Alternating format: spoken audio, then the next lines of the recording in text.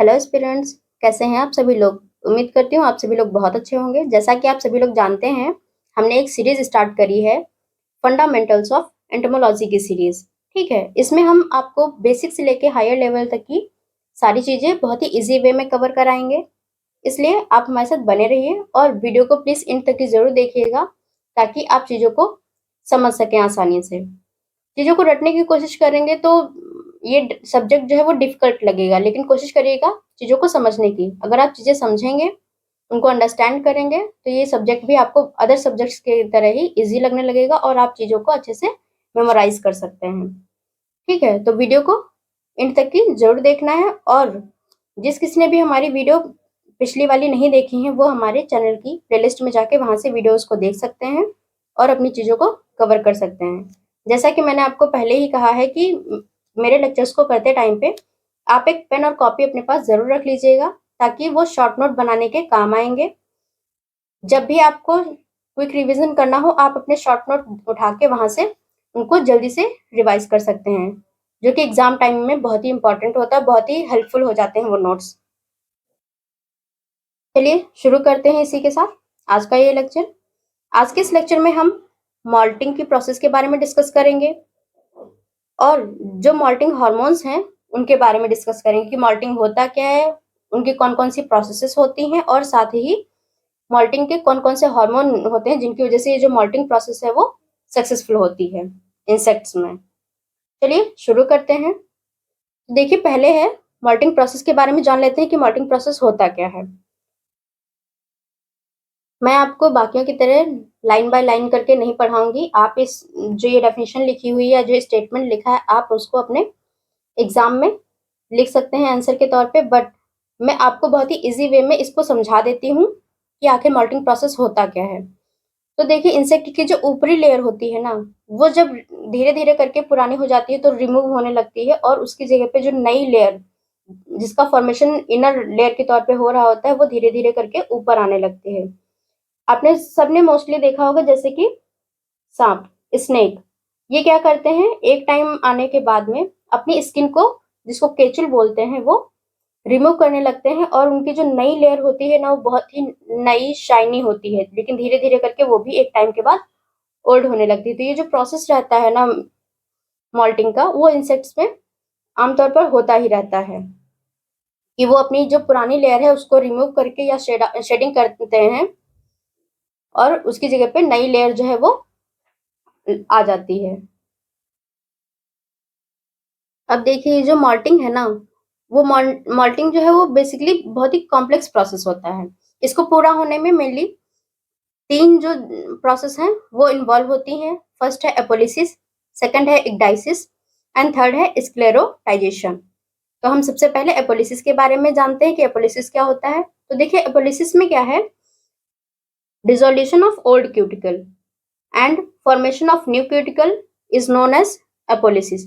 मतलब जो पुरानी क्यूटिकल होती है वो धीरे धीरे करके डिसॉल्व होना शुरू हो जाती है, और उसकी जगह पे जो नई क्यूटिकल है उसका फॉर्मेशन होने लगता है। इस पूरी प्रोसेस को एपोलिसिस बोलते हैं। सेकंड है इक्डाइसिस। इक्डाइसिस में क्या होता है, the process of shedding of cuticle. मतलब इसमें जो ये ओल्ड क्यूटिकल होती है वो धीरे धीरे शेडिंग आउट, मतलब रिमूव होने लगती है, और नई जो क्यूटिकल फॉर्म होती है वो धीरे धीरे उसकी प्लेस पे लगने लगती है, मतलब स्पेस पे जो है सरफेस पे दिखने लगती है। एंड थर्ड है sclerotization, the process by which the cuticle is hardened by substances other than chitin. मतलब ये जो स्क्लेरोटाइजेशन है, इस ये एक ऐसी प्रोसेस होती है जिसमें जो ये क्यूटिकल, जो मतलब नई वाली क्यूटिकल फॉर्म हुई है, वो धीरे धीरे करके हार्ड होने लगती है। जबकि ये जब अंदर होती है, जब इसके ऊपर एक लेयर ऑलरेडी प्रेजेंट होती है, तब ये बहुत ही सॉफ्ट होती है। लेकिन जब ओल्ड क्यूटिकल जो होती है वो रिमूव हो जाती है, तो ये जो सॉफ्ट लेयर ऊपर आती है ओल्ड क्यूटिकल की जगह पे, तो ये स्टार्टिंग में बहुत ही सॉफ्ट और शाइनी होती है, लेकिन धीरे धीरे करके ये भी ओल्ड क्यूटिकल की तरह ही हार्ड होने लगती है। एंड नेक्स्ट एक टर्म दिया हुआ है टैनिंग। तो देख लेते हैं टैनिंग क्या होता है। After shedding of old cuticle, the new cuticle which is soft, milky, white colored becomes dark and harder through the process known as tanning। जैसा कि मैंने अभी आपको बताया कि जब ओल्ड क्यूटिकल धीरे धीरे करके रिमूव हो जाती है और उसकी जगह पे जो न्यू क्यूटिकल है जो कि बहुत ही सॉफ्ट होती है, मिल्की कलर की होती है, और या फिर यूं कह लें कि वो व्हाइट कलर की होती है, ठीक है, वो ओल्ड क्यूटिकल की जगह ले लेती है और धीरे धीरे वो डार्क और हार्ड होने लगती है। इस पूरे प्रोसेस को टैनिंग बोलते हैं। मतलब हम यूं कह सकते हैं कि टैनिंग एक ऐसा प्रोसेस है जिसमें ओल्ड क्यूटिकल रिमूव हो जाती है और उसकी जगह पे जो न्यू क्यूटिकल आती है जो कि स्टार्टिंग में सॉफ्ट होती है, व्हाइट कलर की या फिर मिल्की कलर की होती है, वो बाद में हार्ड और डार्क होने लगती है, ठीक है।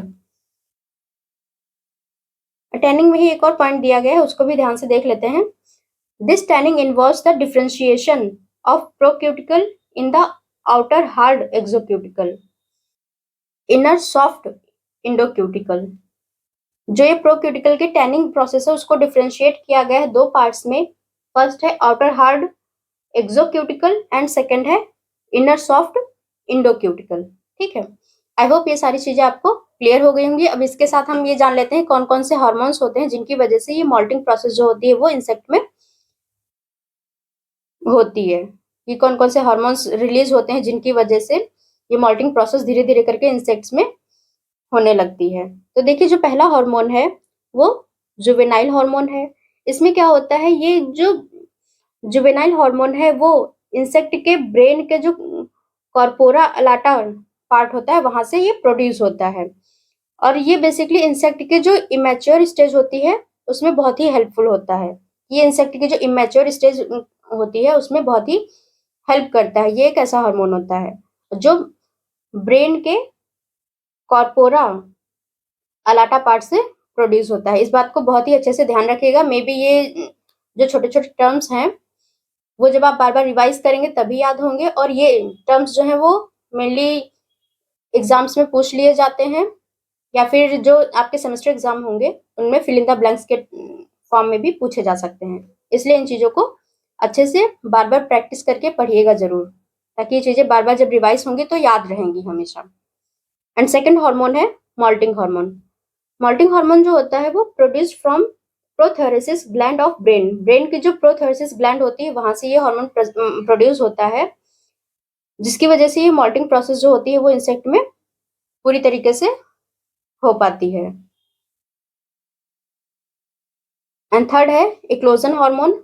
इक्लोजन हार्मोन जो होता है वो न्यूरोसिक्रेटरी सेल्स जो होती हैं ब्रेन की वहां से रिलीज होता है। ये बेसिकली हेल्पफुल होता है एक डाइसिस प्रोसेस के लिए, या फिर इक्लोजन भी बोलते हैं इसको। उस प्रोसेस में ये बहुत ही हेल्पफुल होते हैं। मतलब जैसा कि मैंने अभी आपको एक डाइसिस में बताया कि ओल्ड क्यूटिकल जो है वो धीरे धीरे रिमूव होने लगती है और उसकी जगह पे नई क्यूटिकल जो है वो आने लगती है, और शुरुआत में सॉफ्ट होती है लेकिन बाद में वो धीरे धीरे करके हार्ड हो जाती है कुछ टाइम पीरियड के बाद में। आई होप ये छोटी छोटी चीजें जो है वो आपको क्लियर हो गई होंगी। अगर कोई डाउट है तो आप कमेंट बॉक्स में कमेंट करके पूछ सकते हैं। And thank you so much for watching this video. अगर आपको वीडियो पसंद आई हो तो वीडियो को लाइक और हमारे चैनल को सब्सक्राइब जरूर कर दीजिएगा।